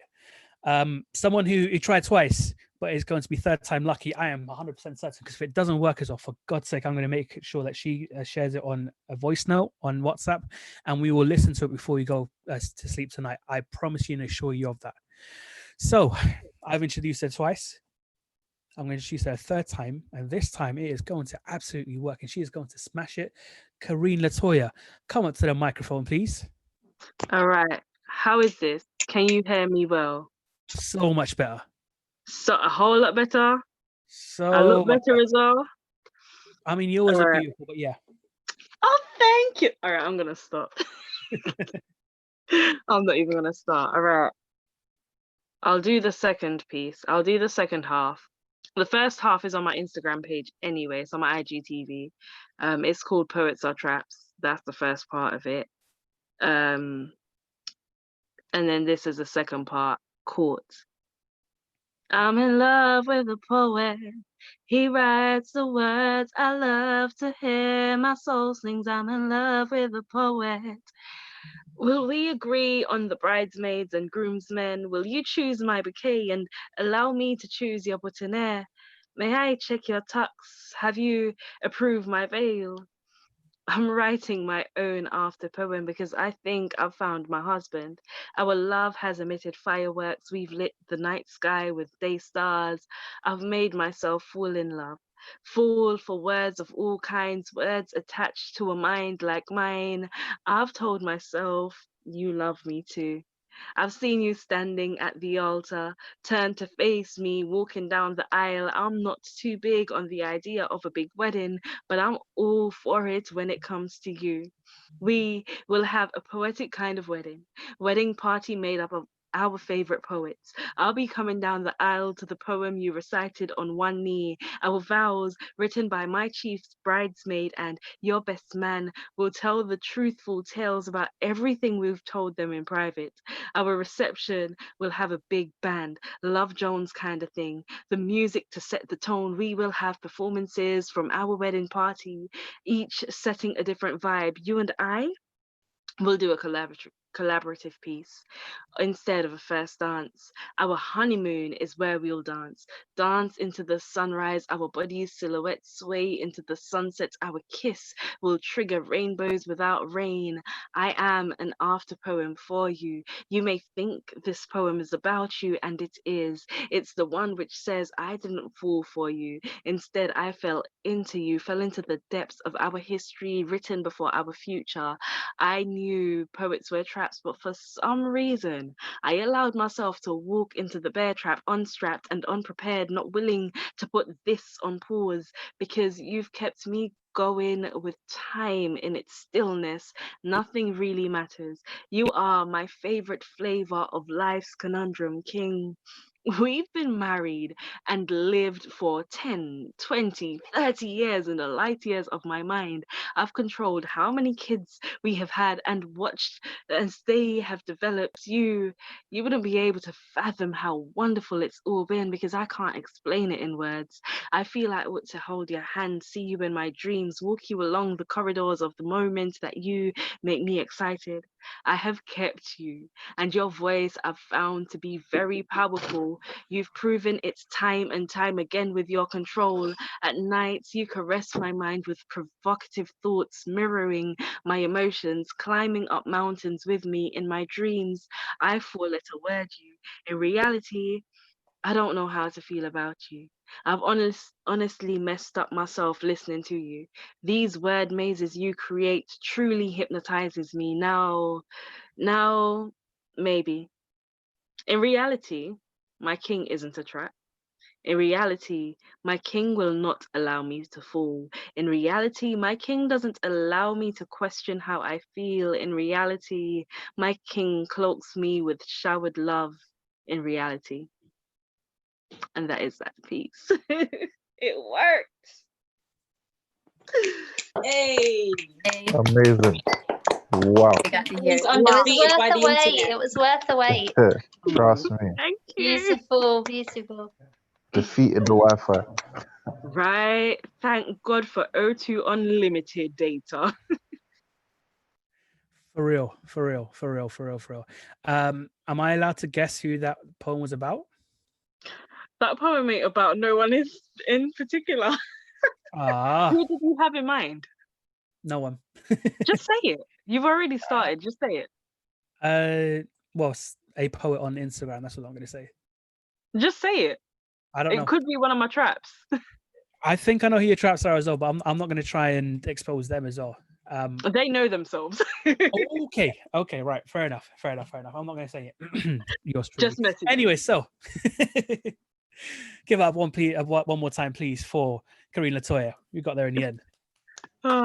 Blessings, guys. Blessings. Okay, right. So if you can see VLC on my screen, it's because we're about to play some videos. But before we get there, I'm just going to put the spotlight on one video, or one person in particular right now. Hi, Jenny. How you doing? All right. I am okay. I am nervous for you, but actually, to be honest, I really shouldn't be because you are the consummate professional. Well, I mean, you say that. Yeah, no, I'm excited to be here. This is great. Everyone's been amazing as well. Like, I'm a bit blown away, to be honest. I mean, obviously, everyone's game kind of steps up every time we do another show, because I think it's because people like to show their best every single time they're on stage. But I think it's no coincidence that you are on here as the quality has been this high today as well, because you are just absolutely amazing. Oh, thank you. That's lovely. If you say we met, where did we meet again?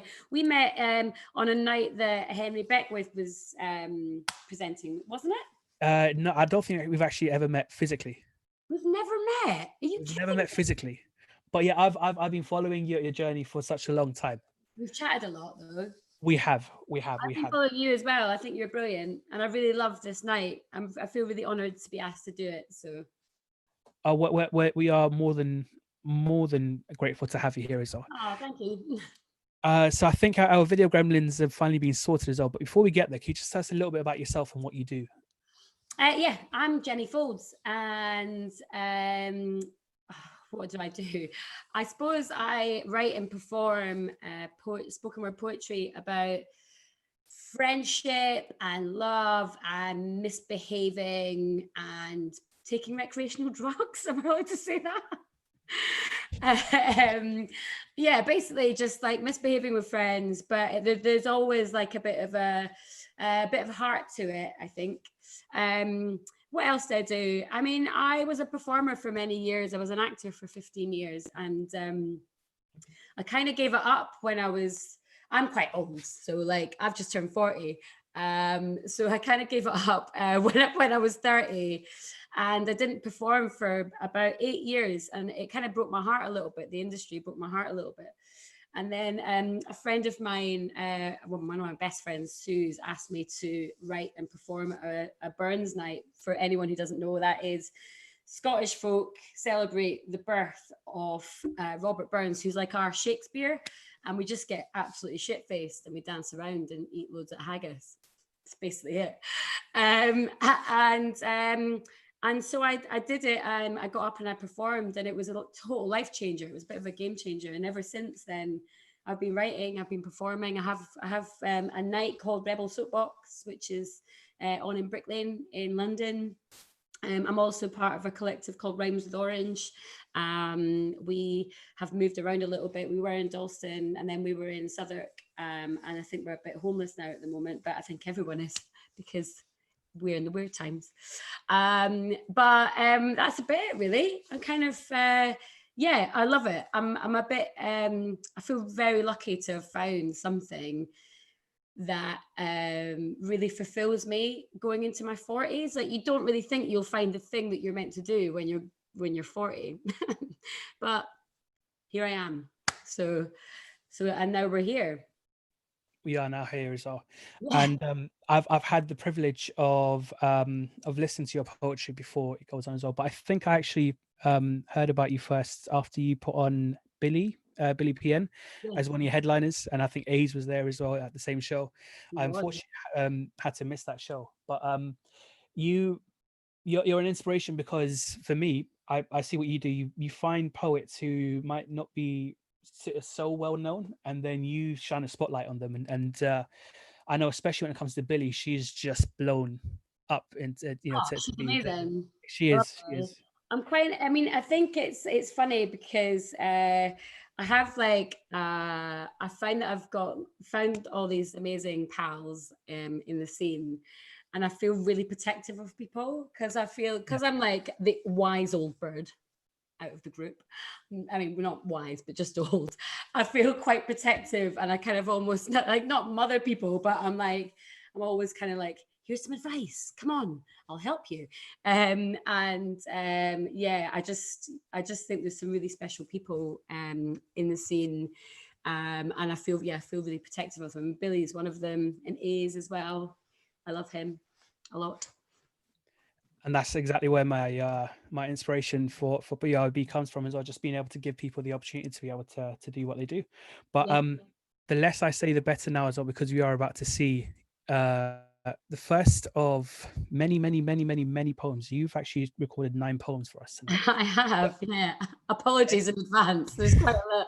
And also, I love the freeze frame again. It's a great freeze frame we've got there. Nothing that I could do under my hands, unfortunately, as well. But the poetry will speak for itself. The next poems are 1993, and then after that, directly after, is 1999.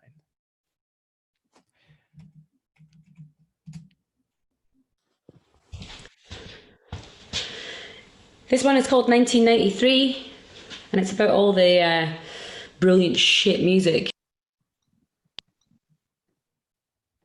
and movies in 1993. This was all in 1993. Are you ready?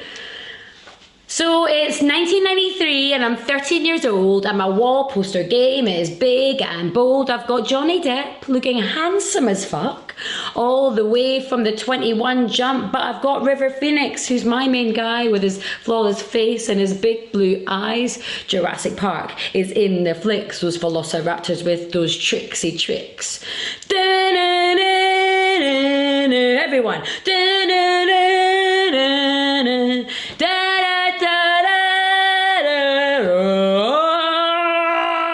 Sleepless in Seattle and True Romance, Groundhog Day, Demolition Man, Mrs. Doubtfire and Wayne's World 2, Garth and Wade, I love you. MTV was the thing to watch. Meatloaf was all like, I would do anything for love. But there's no fucking way he'd do that.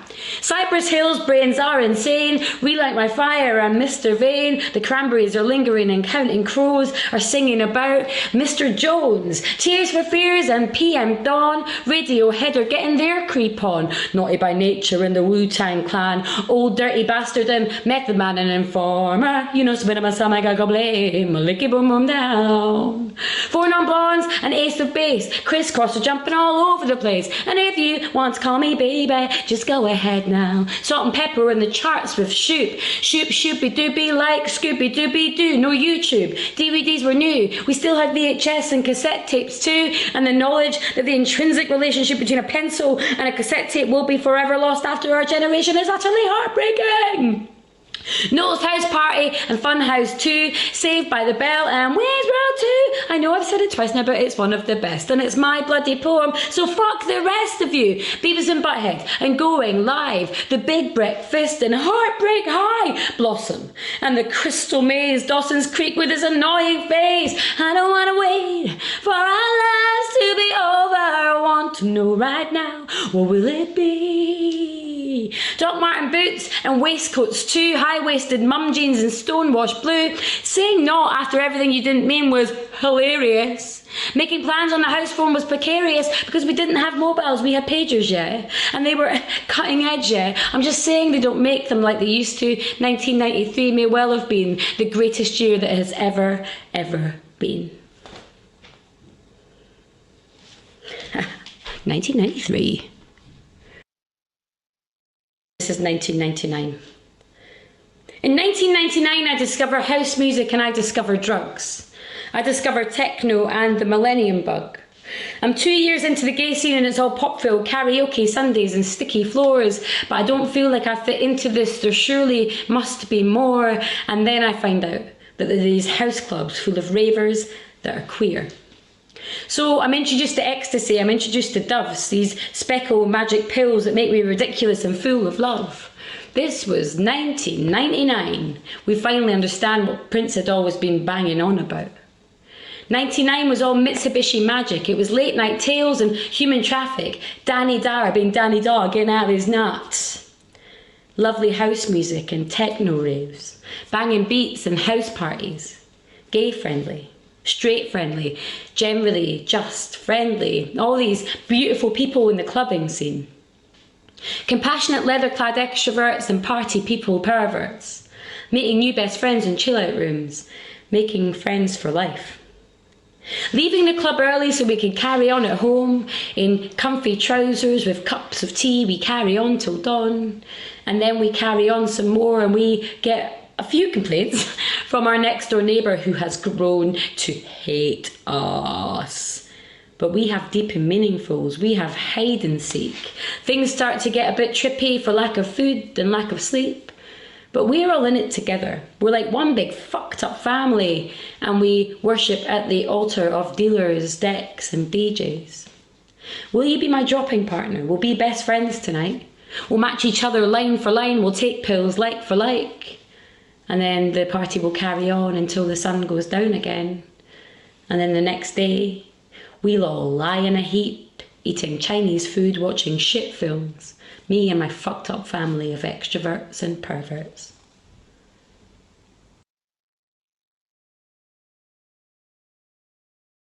You know what to do at this point, don't you guys? Give her a massive round of applause, please. Wicked. Nostalgia is real. Rohan, I think we're pretty much the same age, aren't we? Yeah, we are, man. How old are you? 30, well, 32. Rohan, I think is. I turned 30 like on the 19th of June. I turned 30. I'm 10 years older than you. I'm 30 yet. Yeah, but my wrinkles are real. Like Jenny, I have a feeling we are the similar ages from your poem. I was born in 1979. I just caught the end of the 70s by 2 months. Yeah, I'm a couple of years older than you. Are you? Yeah, and I relate very strongly to that poem. I'm usually the oldest, so thanks for that. I'm going to send you a message, love. Yes. This one is called New. Sorry about that. So that was that was a double feature there. It was on 1993 and 1999. But I do love like the contrast as well. So in 1993 it was a bit more carefree, and then 1999 it was kind of like an age of discovery for you. Would that be fair to say? Yeah, well, I mean, so I do, and I'm part of a collective called Rhymes with Orange, and we, in the normal times, we have a theme every month, and we write 10 minutes of new material every month. And the theme that I wrote to was the 90s. So I did 1993, which was about the music and movies and things. And then I did 1996, which was part of my coming out story. It was I came out when I was 16, or I kind of realized that I was a big old bender when I was 16. And then I did 1999 when I discovered drugs. So it was kind of a bit of the three pieces together make sense. But one is when you listen to the two of them just like that, you've got quite a kind of extreme side of them. But the middle one, if I did 1996, kind of carries it through. I see what you mean. I think it's a bit of a shame that we didn't manage to hear 1996 as well, because I think it would have been nice to hear the whole trilogy. But you know what? There's always a next time as well. There's always a next time for that. Now, the next one I've heard on Instagram, I think when you did a show with Fausta. That's it. Got there in the end. Yeah. And it's one of those classic love poems, which it's the kind of poem that I listen to, and I think this is why I don't like love poetry myself, because I leave it to people who write in such a way like you do. It's absolutely beautiful. Do you know what the reason I wrote it was because when I've started writing, it's made me, you know, when, for instance, if you meet someone and then it doesn't turn out well at the end, it kind of shits all over the whole thing, rather than it just kind of being the end that doesn't work. So you end up losing these amazing days and moments that you've had with someone that means a lot to you because of maybe kind of a breakup that doesn't work, you know, properly. And so I had this amazing day. I had this amazing date in New York about 6 years ago. And it was just, it was like, yeah, you'll see it. It's like a kind of an amazing New York day, but that's what this is about. Well, here we are. It's a city that I've never gone to, but I think I know so much about just from watching on movies. But this is a beautiful poem, New York City Love Story. This one is called New York City Love Story. The swiping happened at 4 a.m. In a whiskey-drunken stupor, she couldn't be to blame, curled up on a friend's sofa eating New York snacks, some chocolate-covered donuts and some Snacker Jacks. It had been her birthday and she was just visiting, taking in the sights and smells in New York City. And this place was both magical and rough around the edges. It could make billionaires or break waitress shitty wages. Tinder pinged, a dopamine ping, and then London meets San Francisco. They converse and they tiptoe around and they flirt. She was just visiting too. They meet in a dive bar called the Cubbyhole, with multicoloured paper lanterns and Barbie dolls' heads hanging from the ceiling. It is crowded and London is being chatted up at the bar. Then she sees her Tinder date through a crowded room and she thinks, "You're taller than you said you were." They can't stop looking at each other. London's heart is leaping and lolloping, and then there's all the smiling. San Francisco brings her friends with her just in case, but they are instantly defunct when she sees London's face and the pair start kissing within 5 minutes of meeting each other. The room falls away and no one else matters. The friends make their excuses and head off into the night. After more kissing and 2 more Jack and Coke, San Fran pushes the hair away from London's eyes and makes a rubbish joke which lands, and they laugh. And London says, "Let's get the fuck out of here." And as they stand on the corner of 4th Avenue and 12th, the London tourist stops and she has a New York moment. In the hustle and the bustle of the traffic and the lights, the Greenwich Village hipsters circling Washington Square just like satellites. London only has 1 more night before she must make her transatlantic flight. Where do you want to go? Anywhere. We can go anywhere. London wants to walk. Manhattan is theirs for the taking tonight. And they walk and they ask questions and they laugh and they hold hands like they know each other, like they have known each other. And as they sit on the steps of the New York post office, they share stories of big loves and devastating losses. Love that sticks and love that goes, heartbreak that vanishes and heartbreak that grows and grows as time goes on. In a yellow cab now through Times Square, making out and laughing as the cab driver's trying not to stare, but they couldn't care less. The pleather seats are slidey and it smells like hot dogs as Jimmy Fallon chatters on the screen as the big city lights stream past their peripheral vision. They tip out in Chelsea and into a bodega for beers and Marlboros to help them keep the night going later. And there, in a tiny New York apartment, they're finally alone. And they touch, and they kiss, and they fuck, and smoke and drink and fuck some more until the morning sun streams in the window and through the bathroom door. And then they finally sleep. They stir after a few hours. They forget where they are. They have been holding on like limpets to ropes. They open bleary eyes and they are pleasantly surprised by the eyes there that greet them. The blue ones and the green ones looking back. Their limbs tying knots. This could be a Kodak moment in London's camera eyes. They spend many minutes talking about everything and nothing, and how funny their name spellings are, and then there's more touching, and San Francisco tells London that she has never been with a girl with an accent before. Don't we all have accents? No, not like yours. After all the conversations, they want pancakes. They sit in a diner, typically American, and with black and white checked floor tiles and a waitress who's from Oregon. Pancakes stacked so high they have to stand up. Maple syrup fountain falling and racing to the bottom from the top. And with their bellies full, they don't have much time left. So Central Park is the obvious place to spend it, London suggests. There is one slither of sun that they lie in and move with over the next couple of hours. London has the word lost printed on her t-shirt in capital letters, which at that moment felt so ironic because she had felt the least lost that she had felt in a long, long time. San Francisco takes a picture of her looking found in the fall sunshine. And when it's time to go, London scrambles around in her bag. I want to give you something to remember me by. She finds a pair of old school cardboard 3D glasses and some eyeliner. That should do the trick. She writes her details and she makes it quick so they have more time together. And they look at each other for what feels like forever. And they kiss.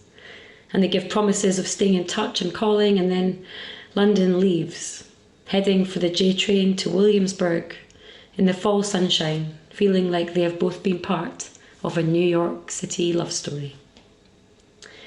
New York City love story.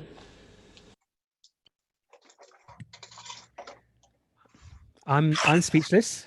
Wow. I'm speechless. The journey.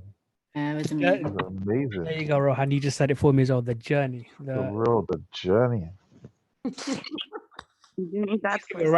We need to give her a round of applause first and foremost. Wow, man.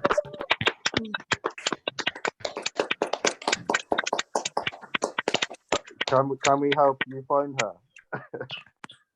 I know where she is. It's fine. Take us back to New York. Come on, sit.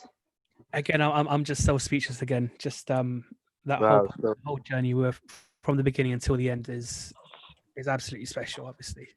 I was worried it was too long, if I'm honest. It was like when I wrote it, I was like, God, 6 minutes. Is anyone going to sit and listen to me droning on for 6 minutes? But actually, the more I wrote it, I was just like, actually, I want to tell the whole story because that's exactly what happened and it's exactly how I remember it. So it's like, tell the whole story. I'm kind of like, embrace the long poems. I like writing long poems. Have you read it to her? No, I haven't. We're not talking. Oh. But yeah, I think that I think it's really important to remember the good stuff in life as well as the shit stuff. And I think that things get overcrowded by shit stuff, and it's a shame because all these beautiful moments get lost because you're not talking to each other or you've fallen out or yeah. Oh. I think we can all relate to that as well, especially with our exes, and you might not be able to have the good times anymore, but you still had the good times, haven't you? Yeah, exactly. That's it. Well, the next poem was one that really struck me to my heart. I'll be honest, it's one of those ones where it's like, I haven't seen my friends. I mean, actually, no, I lie. I think we've all done that cheating thing during the lockdown where we went to go see loved ones once or twice. But I saw my friends once only during this whole lockdown, and I really do miss them. And yeah, I mean, I think we're all in a position right now where we don't feel the same, do we? No. But this is a beautiful poem, and this poem is called "When We Are Us Again." And hopefully this time, everything will sync together. Everything does work, I promise. I know there's no sound yet. It's called When We Are Us Again. The room is alive. It's the first party since we've been allowed out. All the people dancing for the first time in what feels like forever. The energy is palpable. There are pointers. There are shufflers, there are many left feet, there are dance-offs, eyes closed, euphoric hands in the air, there is hugging, there is laughing and rolling around, outpourings of missing and love. Joy. Holding on like we won't ever let go again. I'm watching it all unfold from the corner of the room. I am a bad dancer. I sway erratically like those dancing flowers you used to get in the 80s. You know the ones, the one with the sunglasses on. content and happy that we can all be together again, but with an underlying cavern of grief, thinking about all the people that were taken and the time that we have lost, knowing that the normal that we knew before has gone forever.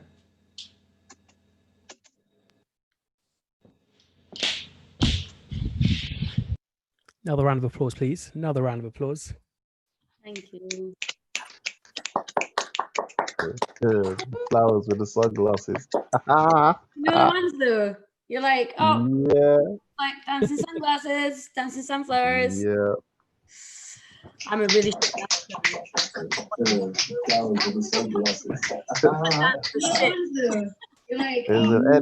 Anyone can dance. YouTube is on, unfortunately, in the background.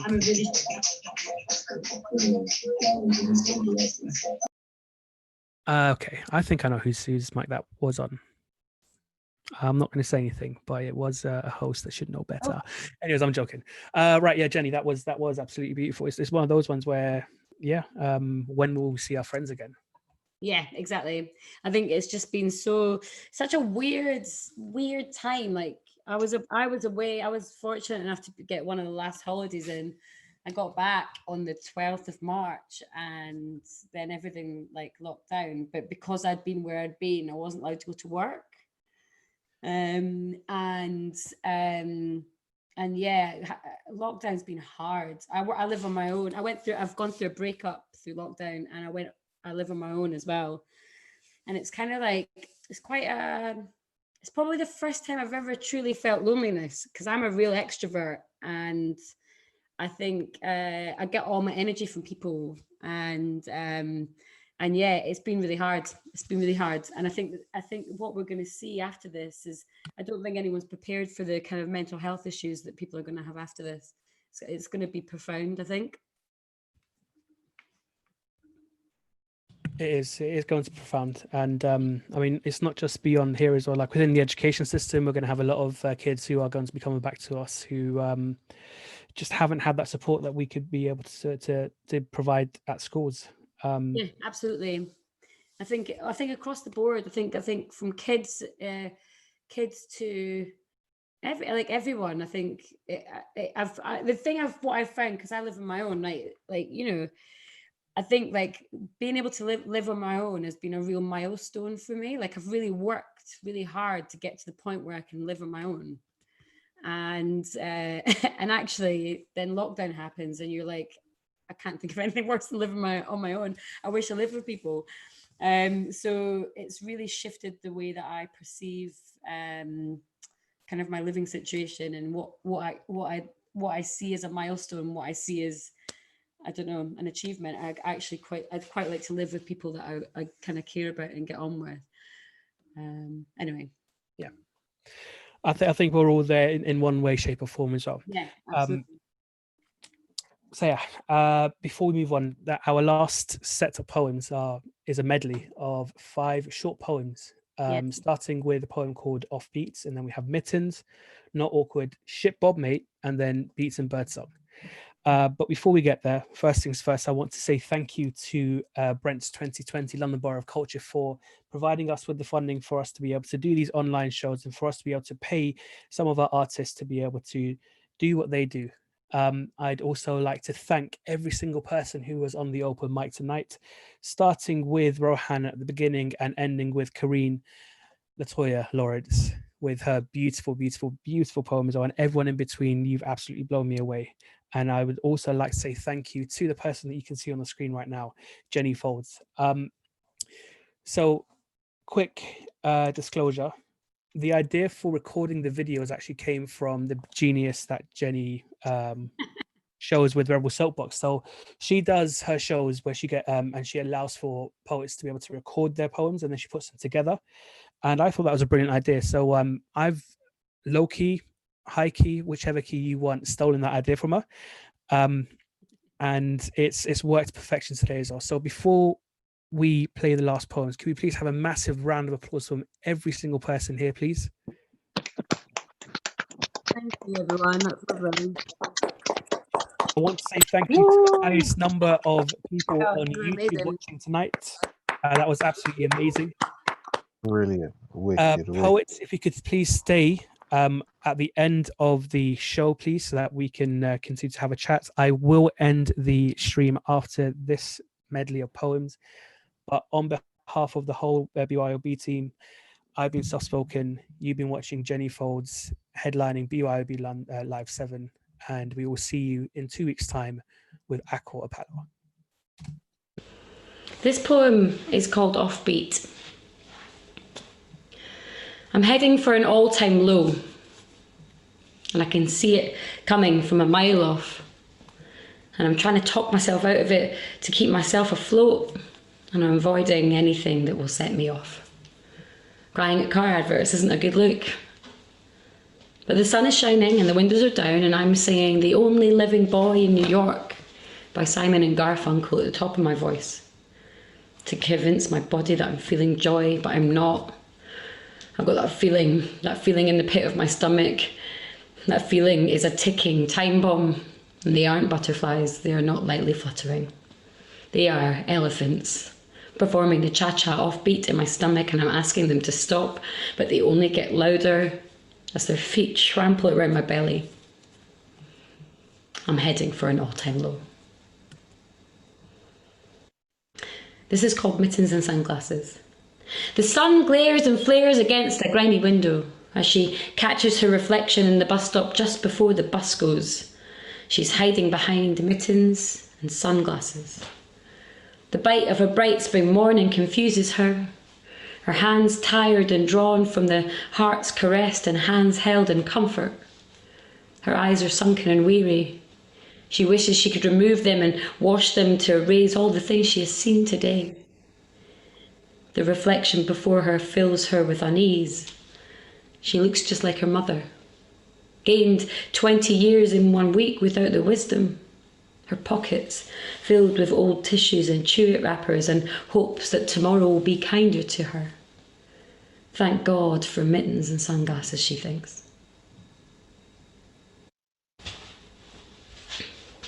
This is called Not Awkward. When I'm with you, I don't feel awkward dancing to the fast songs, with beats beating like a heart that longs and belongs, all arms and legs and bumping into each other, smiling and glancing, bad dancing together.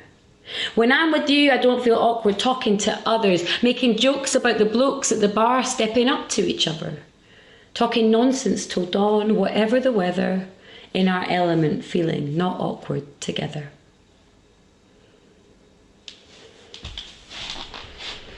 Not awkward. This one is about He-Man. It's called Shit Bob Mate. What if Skeletor was the good one? Yeah, but they didn't want you to know that He-Man was actually in on it with his orange He-Man glow, that the storyteller had an agenda to pull the wool over our eyes. And because Skeletor was ugly, we believed He-Man's disguise. And with his muscles and his castles, we were wowed by all he'd do, and we chastised that guy Skeletor, all bony and dark blue. Also, the hairdresser saw you coming, He-Man. Shit Bob, mate.